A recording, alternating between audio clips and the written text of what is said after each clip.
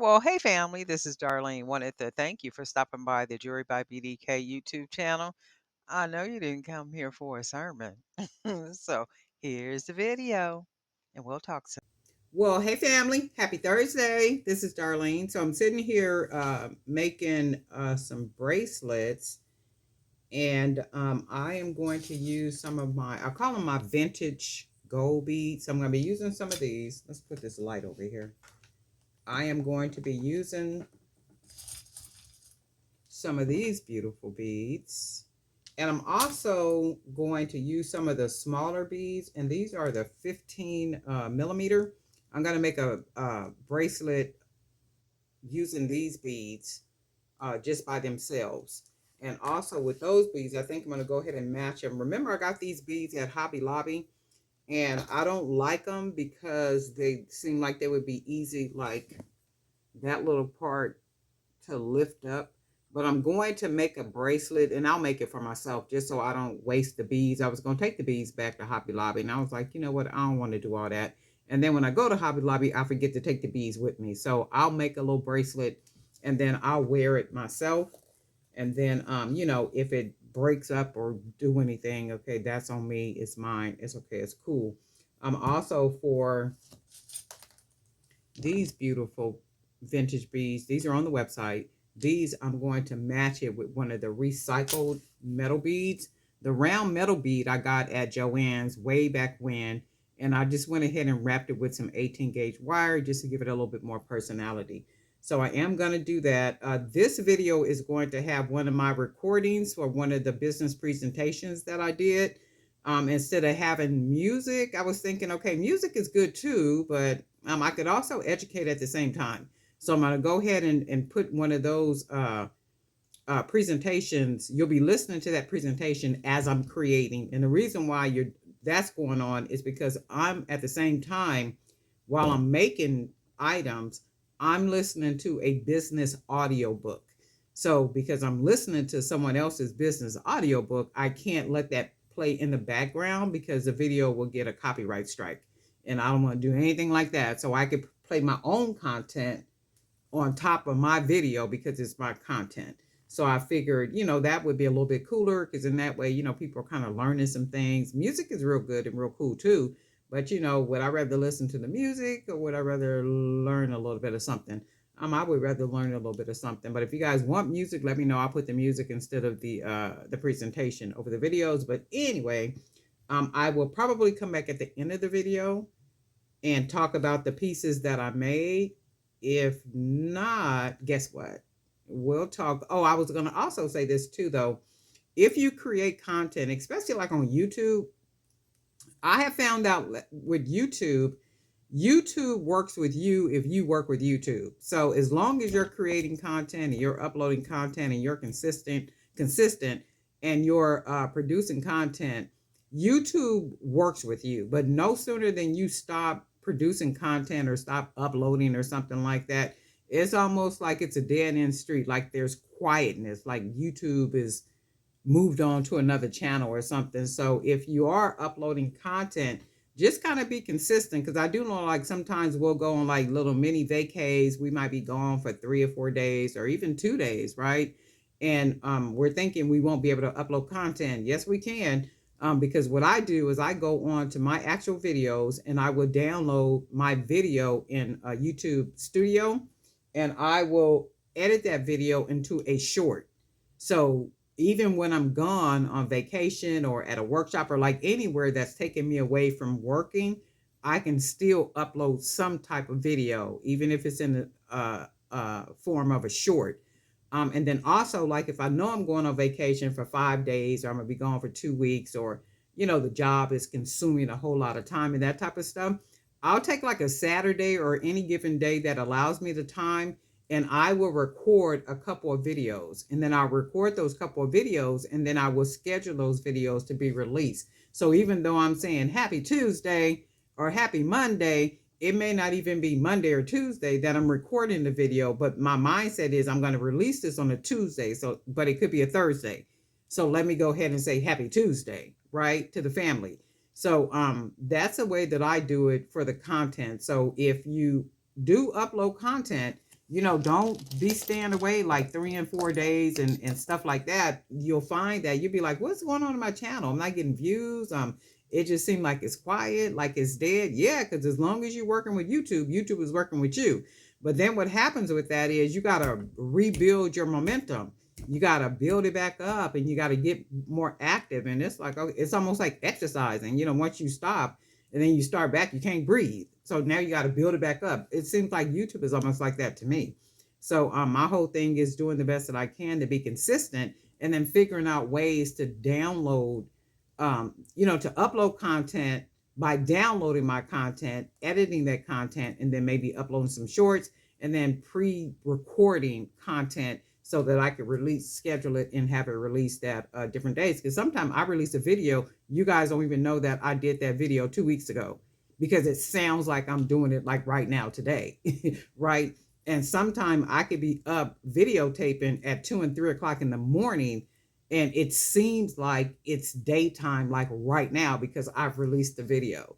Those are things that you got to do. You got to figure it out, ways, because I know it's difficult. We all got schedules, jobs, families, like, all these things are taxing on us, and they want our attention. But if it's something that you're trying to do, and you're trying to build up your YouTube channel, or you're trying to build up your business and stuff, we really do have to find the time, because we find the time giving these people, what we give these people on these regular jobs. And at the end of the day, you can look at what they're doing, like they booting people out. Look at Joy Reid. Like they're just booting people out. Look at Don Lemon. I mean, they have literally just like booted folks out, for whatever reason they want to boot folks out. And then that's the whole thing. There is no loyalty with these jobs or anything, but yet we give these jobs our lives.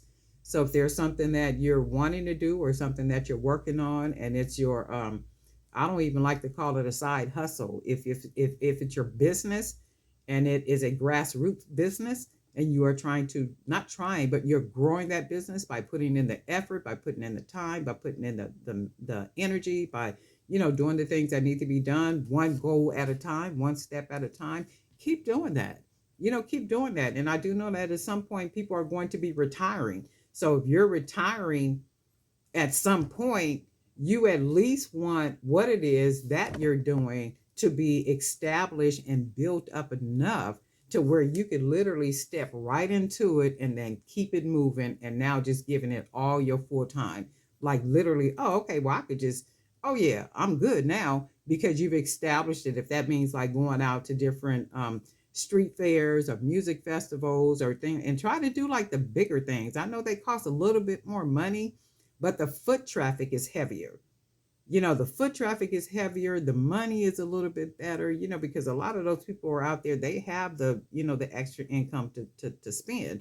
And remember, people want to support you, people want to support, but we have to give them quality and uniqueness that they can support. So that's the whole thing. And try like these big street fairs and music festivals, and where foot traffic is 10,000 or more, and like that type of thing. It's a little bit more money, it's going to take you a little bit more, but I promise you, it will absolutely be worth it. Darlene, how remember, I used to do street fairs. I used to do music festivals. I used to do, it was a 4-day event. It was African American women on tour.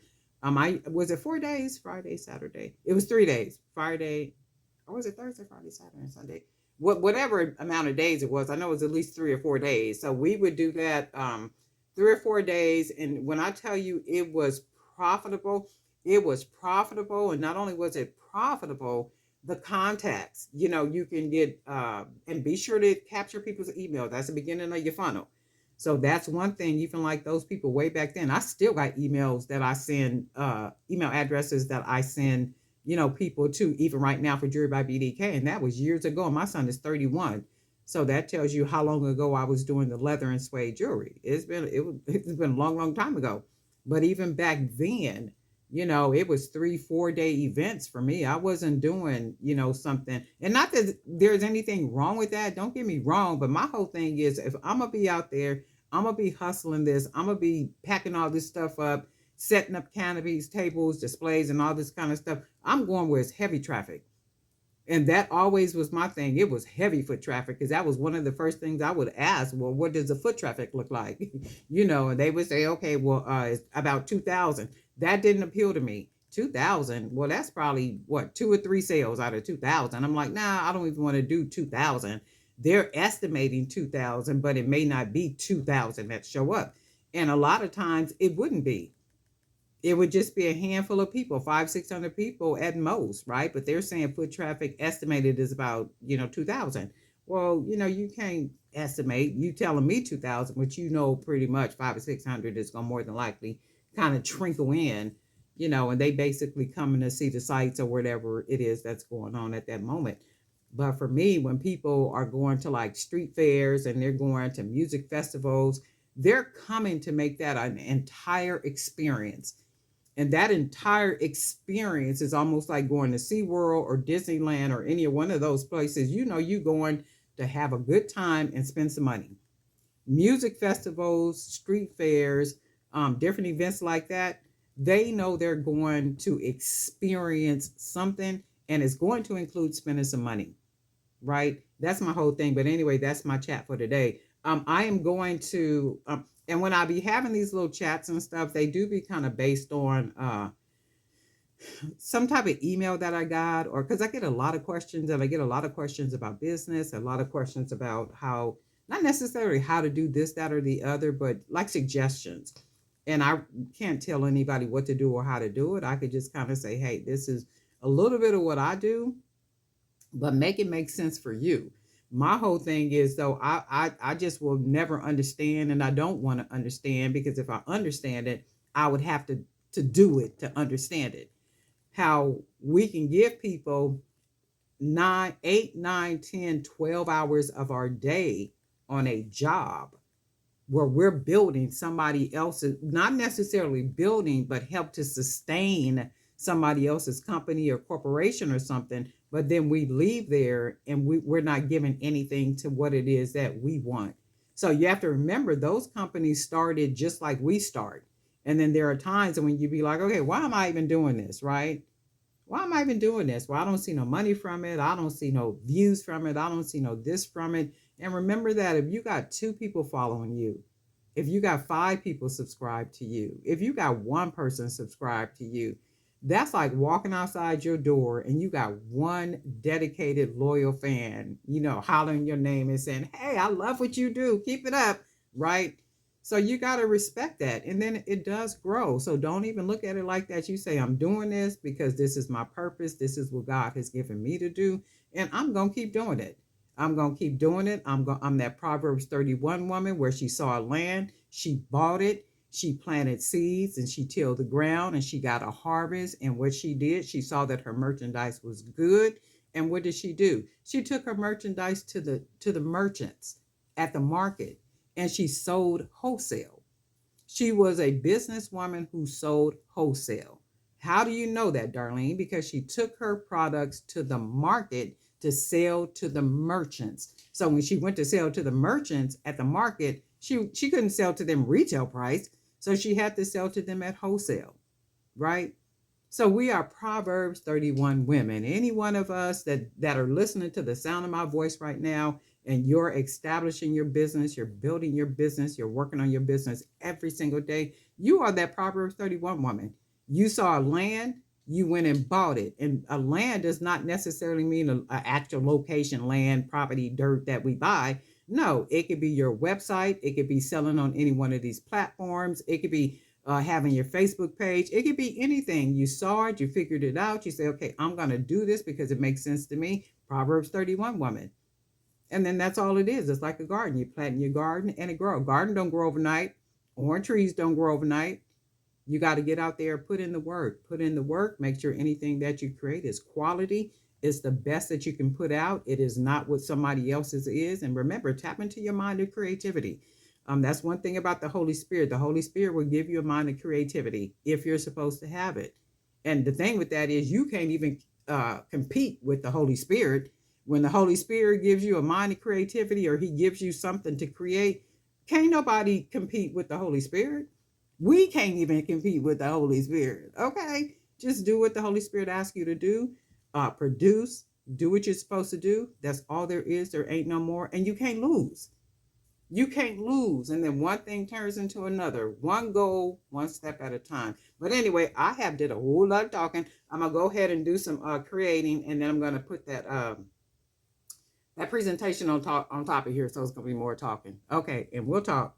Thank you for joining us. This is Darlene Knight with Jewelry by BDK for JBBDK Business Tips. And let's get started. This presentation is about visibility tips that work, how artisans can get seen, get sales, and grow their brand.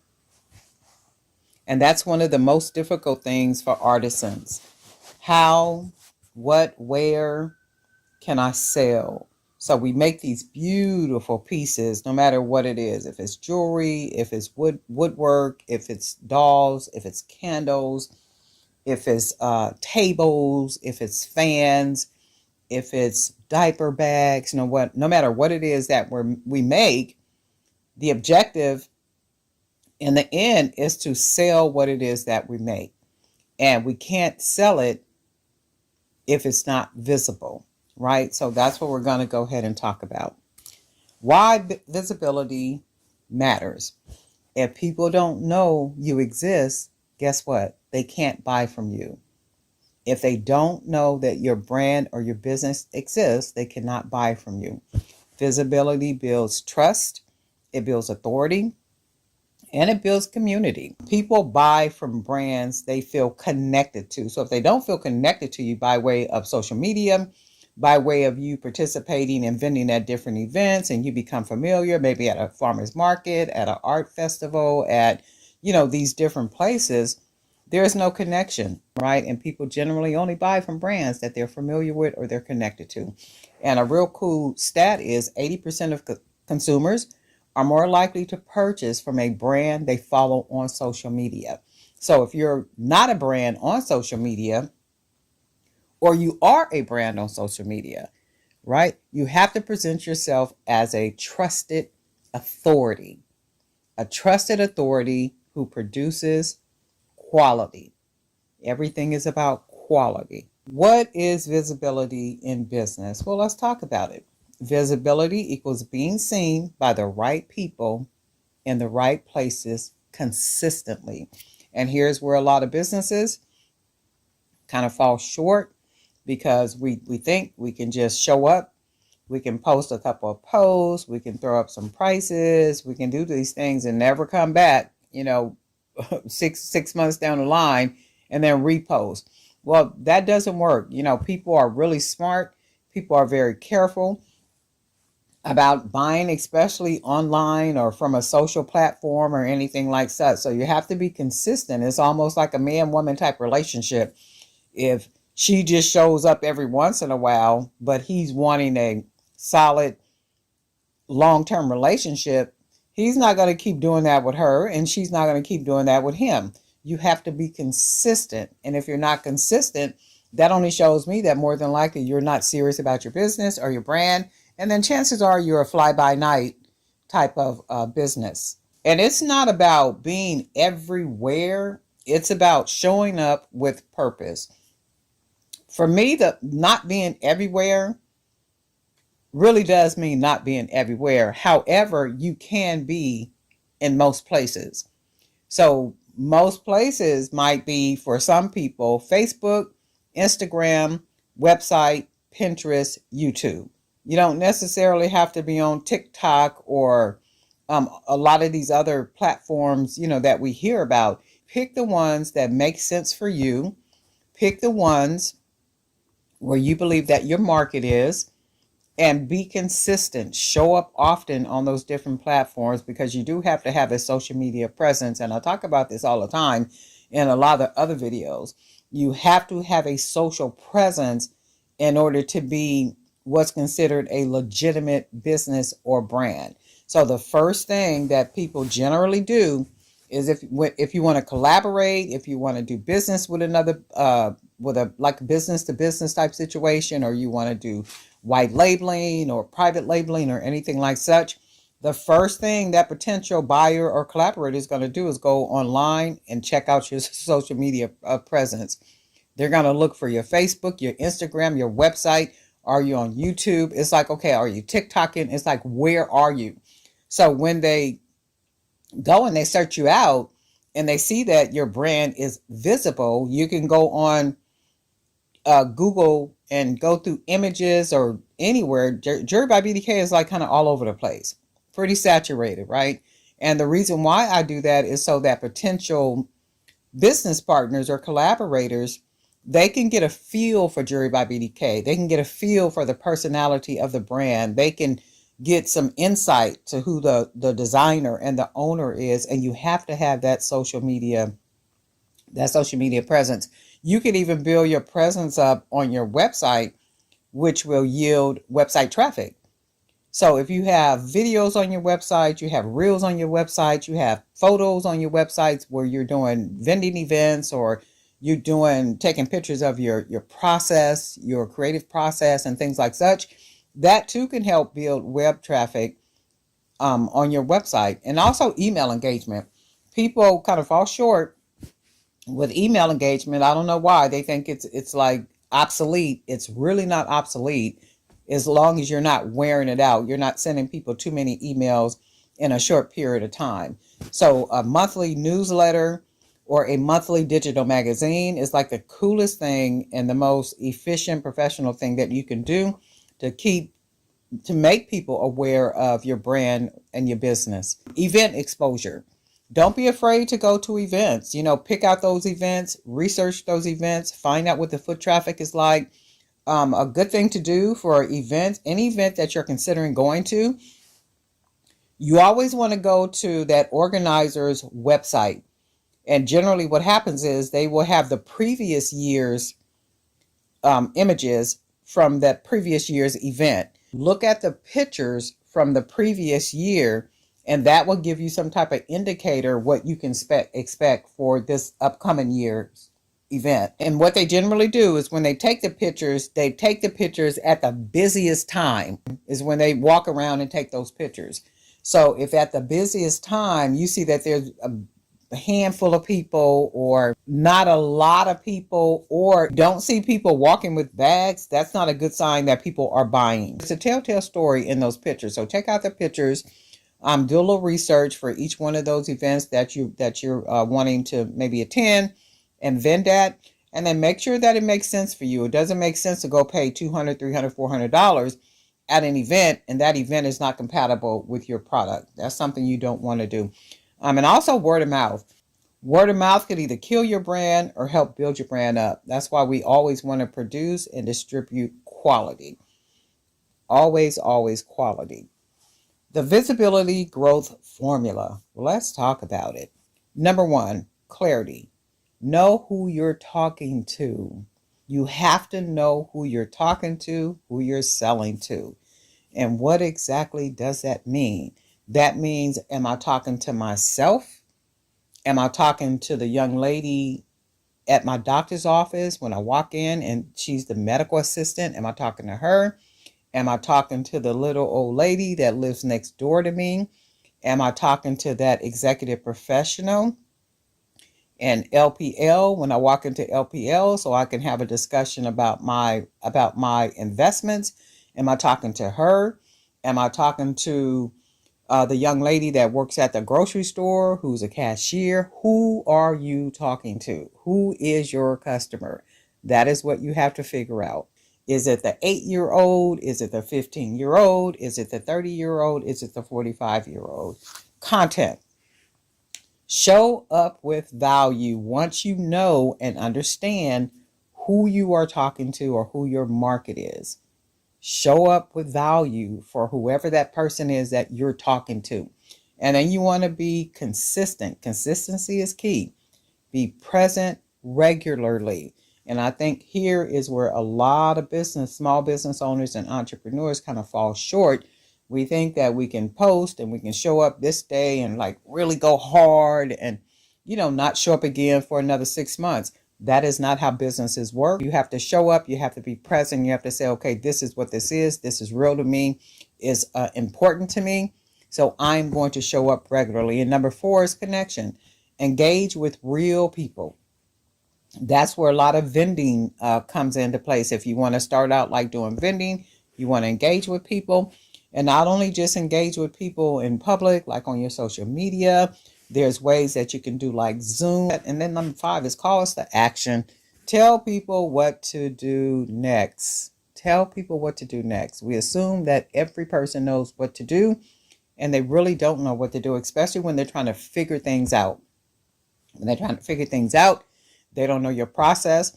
Your process is not clear. Your call to action is not clear. It's like, oh, okay, I like everything about this, but what am I supposed to do next? So you do want to make sure that all your calls of actions are very clear and you're letting people know exactly what you want them to do. Show your process. Let people see the hands and heart behind your work. People love behind the scenes content, be it in pictures and videos more so, but they love to see the behind the scene process. Post ideas like time lapse videos of your making process, tool setups, or workspace tours. That's a really good one because a lot of people that are just kind of getting into handmade product that they're getting into, many times they don't have a studio set up or their workspace set up. So they're looking for ideas and they're looking for like special tools and these type things. So if you're already set up and you're organized and you have your workspace, decorated and like you want it, that would be a really good something to post in pictures or as video. People really do like video. Start to finish product creation. So start creating something and then show the complete process. And that's where those YouTube videos come in at, okay? Mistakes or behind the scenes moments. People love this.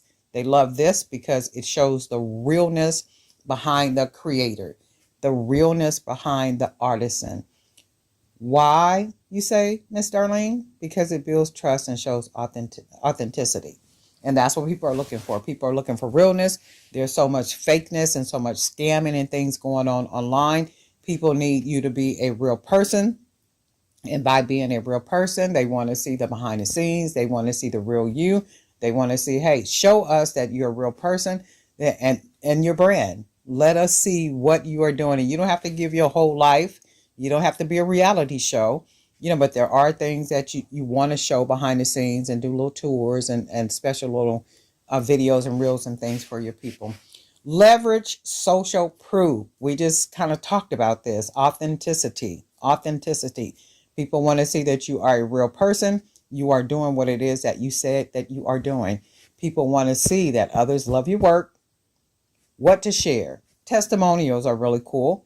Testimonials, unboxing videos or customer photos, retail store placements or pop-up highlights, user-generated content, repost with permission. If you get a customer that buys something or a retailer that buys from you at wholesale, and they can send you pictures once they put the product in their store or the customer is wearing your product or they're displaying your product or something like such. Ask them, hey, can you send me images? And then make sure that you get permission to repost those images. Quick tip, ask customers to also tag you when they post. That's a really good thing too, to tag you when they post on any one of their social platforms. Use video to your advantage. I cannot stress how important video is and how video is literally taking over. Video is almost like being there. You want to create reels, TikTok videos, shorts for YouTube.